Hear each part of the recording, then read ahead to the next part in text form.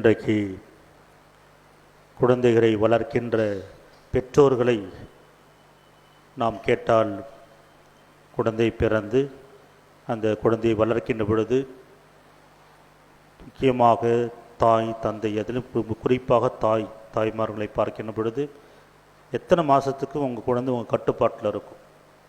3 மாதமா இல்லை 6 மாதமா?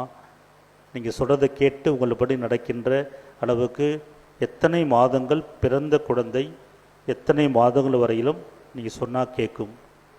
ஒரு குறிப்பிட்ட அளவுக்கு அப்புறம் போனீங்கன்னாக்கா கையை உதறிட்டு என்ன பண்ணிடும்? போயிடும். பிடிவாதம், அடம் பிடிக்கிறது. அதே போல் இப்படி தான் செய்வன் என்று செய்வது. ஆனால் குறிப்பிட்ட வயது வரையும் பார்த்தீங்கன்னா அது குழந்தை பெற்றோர் தாய் தந்தை எந்த அளவுக்கு அவர்களை எந்த அளவுக்கு இடிக்கின்றார்களோ அந்த அளவுக்கு அது வந்துக்கிட்டே இருக்கும். ஏன்னா அது பெற்றோர்களை நம்பியிருக்கின்ற ஒரு சூழ்நிலை. தன்னால் எதுவும் செய்ய முடியும். எப்பொழுது அது ஏந்திரிச்சு நடக்க ஆரம்பிக்குதோ, எப்பொழுது தன்னால் ஒரு சில காரியங்கள் செய்ய முடியும் என்று சொல்கிறதோ, எப்பொழுது பேச ஆரம்பிக்கின்றதோ அல்லது எப்பொழுது பதில் கொடுக்க ஆரம்பிக்கின்றதோ அப்போ தான் பிடிவாதம், அடம்பிடித்தல். ஒரு 6 மாதம் சொல்ல முடியுமா ஒரு குழந்தை கட்டுப்பாட்டில் இருக்கிறதுக்கு? 6 மாதம் அல்லது 9 மாதங்கள், 1 வயசு 2 வயசுலாம் வாய்ப்பு கிடையாது. 2 வயசுக்கெல்லாம் உங்கள் கண்ட்ரோலை மீறி என்ன செய்கிறது? போய்விடுகிறது. ஆகவே என்பார்ந்தவளை எதற்காக சொல்லின்னு சொன்னால், இந்த குழந்தை இயேசுனுடைய இந்த ஆலயத்தை நாம் தேடி வந்திருக்கின்றோம். ஆகவே இந்த குழந்தை இயேசுனுடைய ஆலயத்தை தேடி வந்திருக்கிற பொழுது இந்த குழந்தை இயேசுனுடைய நாம் கற்றுக்கொள்ள வேண்டிய மிக முக்கியமான பண்பு என்ன என்பதை இன்றைய இந்த காவல்துறையுடைய இந்த விழாவும் அதே சமயத்தில் இன்றைய வாசமும் நமக்கு கொடுக்கின்ற கருத்துக்கள் அதுதான். அதில் என்ன இயேசு குறிப்பிடுகிறார் சொன்னால், நீங்கள் சிறு குழந்தைகளைப் போல் நீங்கள் மாறாவிட்டால், சிறு பிள்ளைகள் போல் ஆகாவிட்டால் விண்ணரசில் நுழைய முடியாது. சிறு பிள்ளைகள் போல் ஆகாவிட்டால் விண்ணரசில் நுழையவே முடியாது. இந்த சிறு பிள்ளை போல தம்மை தாழ்த்தி கொள்பவரை விண்ணரசில் மிக பெரியவர். ஒரு 20-30 வருடங்களுக்கு முன்பாக குழந்தை வளர்ப்பு என்பது மிகவும் அப்படி ஒன்றும் கஷ்டம் கிடையாது. ஆனால் இன்றைக்கு கஷ்டம். ஏன்னா குழந்தை சின்ன குழந்தையிலேயே நம்ம பேச்சை கேட்பது கிடையாது. ஆகவே எதிர்த்து பேசுகிற மனப்பான்மை, அடம்பிடித்தல், கீழ்ப்படியாமை, சொல் பேச்சு கேட்டு நடக்காமை. ஆகவே அப்படி இருக்கின்ற பொழுது பிள்ளைகளை நாம் வளர்க்க முடியவில்லை, பிள்ளைகளை உருவாக்க முடியவில்லை. ஒரு 5, 6, 7 வயதிலே அல்லது 1 வயதிலே நீங்கள் இயேசு படத்திற்கு முன்பாக அல்லது மாதா படத்திற்கு முன்பாக, புனிதர்கள் படத்துக்கு முன்பாக அதை கை கூப்பிட சொன்னால் கை கூப்பிடும். பிறகு 2 வயது 3 வயது ஆன பிறகு பிரச்சனை கிடையாது. ஒரு குறிப்பிட்ட வயது வந்ததுக்கப்புறம் நான் செய்ய மாட்டேன், நான் வரமாட்டேன் என்கிற ஒரு மனப்பான்மை, கீழ்ப்படியாமை, சொல் பேச்சு கேட்டு நடக்காமை. ஆகவே தான் இன்றைக்கு நாம் முதல் வாசகத்திலே பார்க்கின்ற பொழுது இந்த காவல் தூதர்களுக்கு சொல்லுகின்ற பொழுது விடுதலை பயண நூலிலே என்ன சொல்லுகின்றார் இறைவன்? அவர் சொல்லுகின்ற பொழுது கொடுக்கின்ற அறிவுரை என்னவென்று சொன்னால், அவர் முன் எச்சரிக்கையாயிரு, அவர் சொற் கேட்டு நட, அவரை எதிர்ப்பவனாய் இராதே, உன் குற்றங்களை அவர் பொறுத்து கொள்வார்.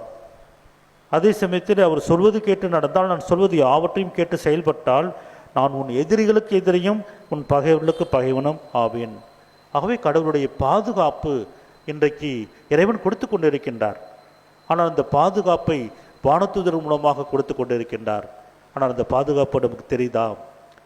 இன்றைக்கி நிறைய ஆக்சிடென்ட் நடக்குது, நிறைய தற்கொலைகள் நடக்கின்றன, நிறைய விபத்துகள், நிறைய இயற்கை சீரழிவுகள், நிலநடுக்கம், பெருவெள்ளம், மேக வெடிப்பு, நிறைய பேர் அதிலே இறந்து போவதை நாம் பார்க்கின்றோம்.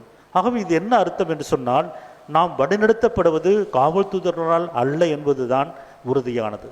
ஒரு ஆக்சிடென்ட் நடக்குது அப்படின்னாக்கா நடக்கக்கூடாது, அந்த விபத்து நடக்கக்கூடாது. கடவுளை பாதுகாத்திருக்க வேண்டும். இல்லை நான் விழுந்துட்ட பிரச்சனை இல்லை, கடவுள் எனக்கு ஓரளவு தான் கொடுத்த கிடையாது. ஒரு சிறிய காயம் கூட ஏற்படுத்தக்கூடாது, வரக்கூடாது என்பதுதான் இறைவனது பாதுகாப்பு. ஏன் நமக்கு அது கிடைக்கவில்லை? இதில் சொல்லப்படுவது தான் காரணம். நாம் அடம் பிடிக்கின்றோம், பிடிவாதமாக இருக்கின்றோம். நான் எனது விருப்பப்படி தான் வாழ்வேன், கடவுளது விருப்பம் அல்ல, எனது சித்தம் தனது, எனது விருப்பம்தான் இறை சித்தம் அல்ல. ஆகவே எனக்கு என்ன தோணுது அதுதான் செய்வேன் ஒழிய கடவுள் விருப்பப்படி நான் செய்ய மாட்டேன் என்று சொல்லுகிற பொழுது கடவுள் கண்டிப்பாக கைவிட்டு விடுவார். ஆகவே தான் இன்றைய நற்செய்தியை பார்க்கின்ற பொழுது கூட அதில் என்ன வருகின்றது என்று சொன்னால், அவர் சொல்லுகின்ற பொழுது, இச்சிறியோருள் ஒருவரையும் நீங்கள் இழிவாக கருத வேண்டாம்.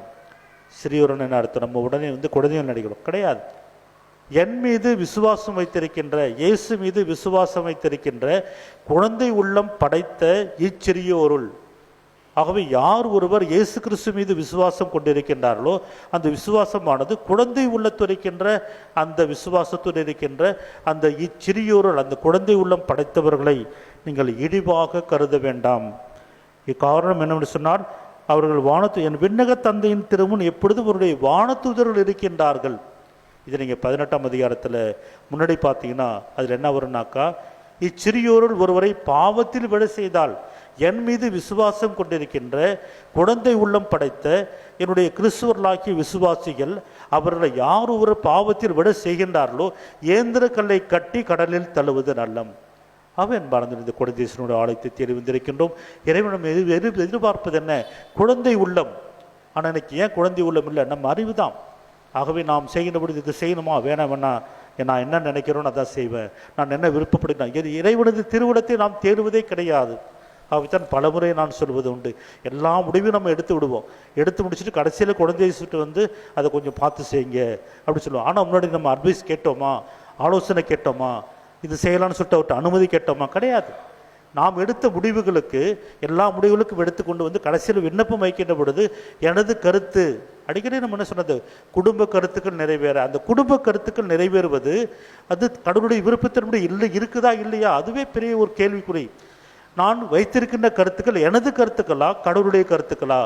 யாருடைய கருத்துக்கள் நிறைவேற வேண்டும்? குடும்ப கருத்துக்களாகிய அந்த குடும்ப கருத்துக்கள் என் தடுதினுடைய கருத்துக்களாக இருக்க வேண்டும்.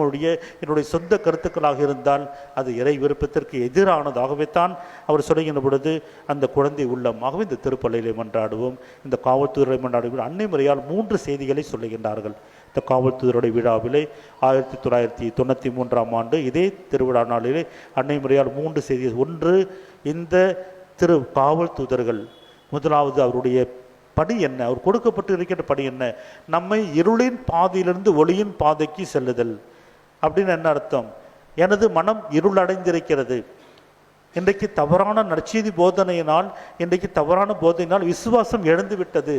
ஆகவே விசுவாசம் இழந்து ஒரு இருள் இருக்கிறது, என்னுடைய மனத்திலே இருள் இருக்கிறது, எனது ஆன்மாவிலே பாவ இருள் இருக்கிறது. இந்த தூதர்கள் படி நடக்கின்ற பொழுது ஒளியின் பாதையிலே நடத்தி செல்கின்றார்கள். இரண்டாவது, அவர்கள் பாதுகாப்பை நமக்கு கொடுக்கின்றார்கள்.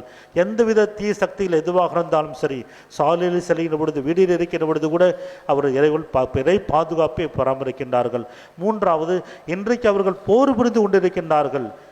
அதாவது வெண்ணிற ஆடை அணிந்த, சூரியனை ஆடையாக அணிந்த அந்த பெண்மணிக்கும் சிவந்த பறவைநாகத்துக்கும் இடையே, அதே போல மெக்கேல் அதிதூதருக்கும் லூசிஃபேருக்கும் இடையே, கிறிஸ்துவுக்கும் அந்த கிறிஸ்துவுக்கும் இடையே, தீய நல்ல ஆவிகள், நல்ல வானதூதர்களுக்கும் தீய ஆவிகளுக்கும் இடையே இன்றைக்கு போர் புரிந்து கொண்டிருக்க முடிந்து அந்த காவல் தூதர்கள் அந்த போரில் ஈடுபட்டு அந்த தீமைகளை வென்றெடுப்பதற்கு அன்னை மரியாளோடு சேர்ந்து அவர்கள் இன்றைக்கு ஈடுபட்டு கொண்டிருக்கின்றார்கள். அவரது துணை நாடுகின்ற பொழுது இறை பராமரிப்பை உணர முடியும். நாமும் அந்த போரிலே சேர்ந்து அந்த தீய சக்தியை நாம் முறியடிப்பதற்கு இறைவனது அந்த பாதுகாப்பும் வழிநடத்தலையும் இந்த திருப்பள்ளியிலே கொண்டாடுவோம். அன்புமிக்க சகோதர சகோதரிகளை, இதுவரை இந்த திருப்பலிக்கு வருகின்ற பொழுது பல்வேறு விதமான கருத்துக்களோடு வந்திருக்கின்றோம். நம்மிடம் இதை எதிர்பார்ப்பதெல்லாம் குழந்தையினுடைய அந்த உள்ளம்தான். எவ்வாறு அன்னை மரியாளுக்கும் சுசையப்பிற்கும் இந்த குழந்தை கீழ்ப்படைந்தாரோ, நான் கடவுளின் மகன் என்று இல்லாமல் மனித உருவிலை ஏற்று தம்மையை வெறுமையாக்கி சிறு குழந்தையாக அன்னை மரியாளுடைய தாயிடத்திலும் சுசைப்பிற வளர்ப்பு தந்தையாகி சுசைப்பிரிடத்திலும் ஒரு குழந்தையாக தன்னையே தாழ்த்தி கண்டாரோ அந்த குழந்தை உள்ளத்தை நமக்கு அருள வேண்டும் என்று நாம் இப்பொழுது ஜெபிப்போம்.